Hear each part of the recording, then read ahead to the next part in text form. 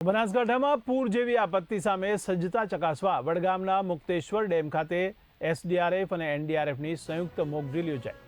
ત્યારે પૂર સમયે તાત્કાલિક બચાવ કામગીરી, નાગરિકોની સુરક્ષા અને આંતરિક સંકલનની કવાયત હાથ ધરવામાં આવી।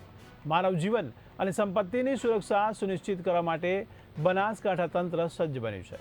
મુક્તેશ્વર ડેમ ખાતે મોક ડ્રીલ દરમિયાન પાણીના તેજ પ્રવાહને કારણે એક બોટમાં સવાર 4 વ્યક્તિઓ બોટ ઊંધી પડતા ફસાયા હોવાની સ્થિતિ દર્શાવવામાં આવી હતી।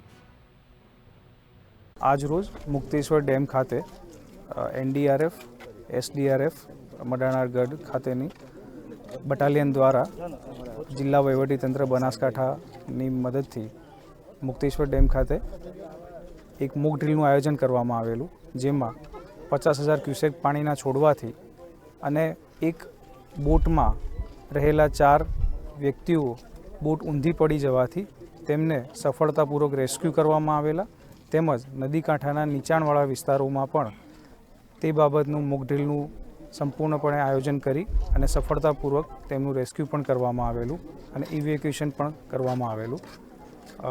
આ મોક ડ્રીલના અંતે તમામ વિભાગોની હાજરીમાં તેનું ડીબ્રીફિંગ સેશન પણ થયેલું, જેમાં તમામ વિભાગોમાં રહેલી ખામી અને તેઓના દ્વારા કરવામાં આવેલી કામગીરીની પણ વિસ્તૃત ચર્ચા કરવામાં આવેલ છે।